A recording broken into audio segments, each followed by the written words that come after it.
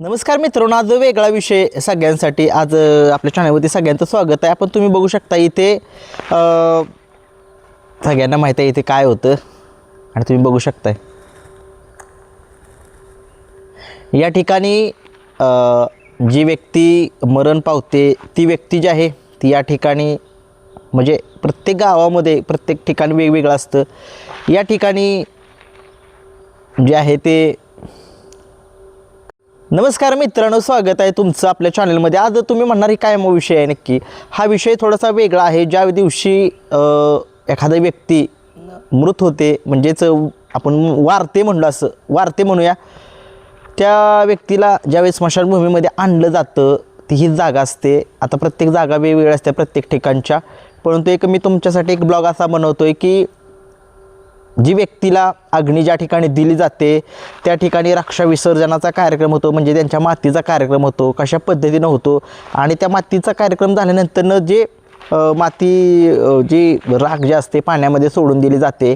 नंतरनं लोक काय करतात, आदिवासी लोक असतील, असे भरपूर लोक असतात, त्यांचं जे पोट जे आहे त्याच्यावर चालतं.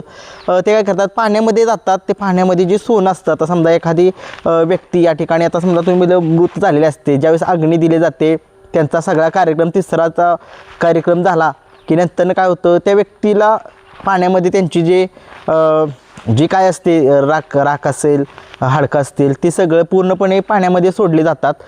परंतु एक आपला असा विषय वेगळा आहे की ती जी व्यक्ती असते त्या व्यक्तीच्या कानामध्ये किंवा नाकामध्ये किंवा जे तोंडामध्ये असं एक थोडंसं सोन्याचं थोडंसं एक देतात, सोनं सोडतातच त्या व्यक्तीसोबत.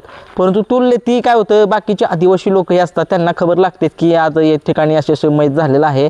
त्या मैताचं आता थोडंसं आपण बघूया काय होते की सरळ चाळून बघूया पाण्यामध्ये सोनं गावते का काय होते. म्हणजे अशी लोक गरीब लोक करतात, त्यांचं सुद्धा पोट आहे. बघूया, तुम्ही बघू शकताय, दाखवतो.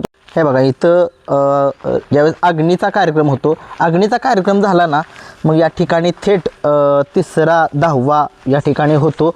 आणि मी तुम्हाला आता दाखवतो की नदी दाखवतो आमची, बघा नीट या ठिकाणी दाखवतो, मी तुम्हाला पूर्णपणे दाखवतो की कुठे जे आहे ते म्हणतात की सोनं वगैरे असतं ना, जे राखेतून जातं, हाडकातून जातं, जे बॉडीसोबत बॉडी जी जळते ना त्या बॉडीचं जे सोनं वगैरे असतं, बॉडी जे म्हणजे ठेवलेलं असतं, जे नाकात तुम्हाला सांगितलं तोंडामध्ये ठेवलेलं असतं, ते कुठं म्हणजे चाळतात वगैरे, तुम्हाला दाखवतो थोडंसं. या जरा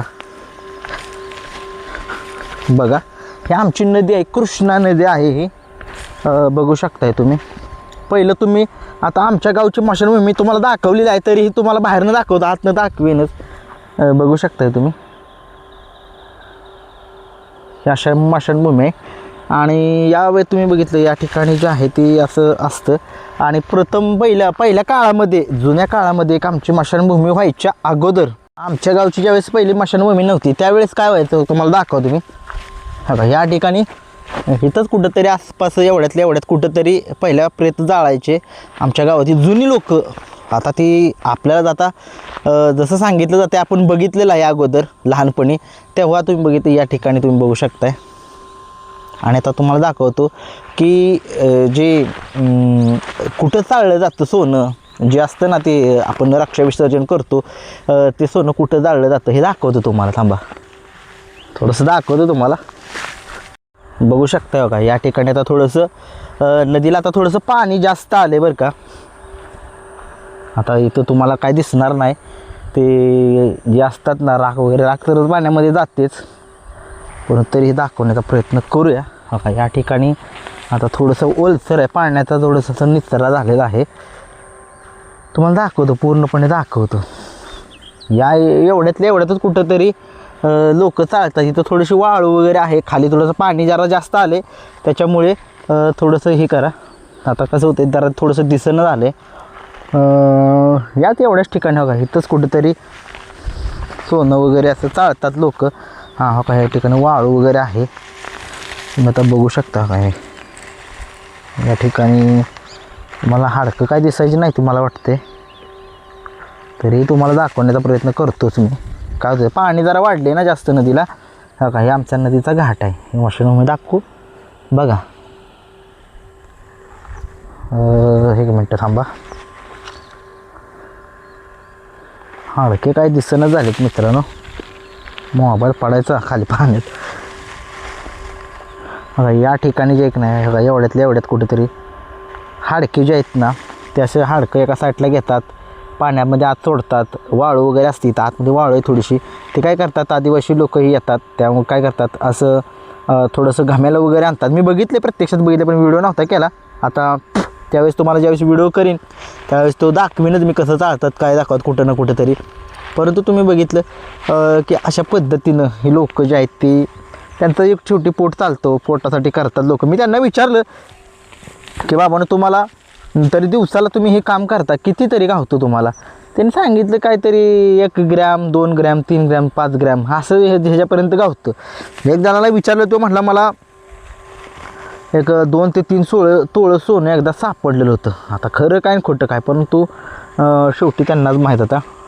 बघू शकताय थोडंसं आता इकडं काय तुम्हाला दिसेना झालं हो, म्हणजे पाणी वाढले. पण तुम्हाला एक दिवस मी नक्कीच दाखवीन. परंतु असं असतं लोक त्यांचा संसार जो आहे तो काय काय लोकांचा ह्याच्यावरती चालतो. कसं होतं करू द्या शेवटी ते पण गरीब लोक आहेत. इकडे बघा इकडे सुद्धा काय दिसेना झाले.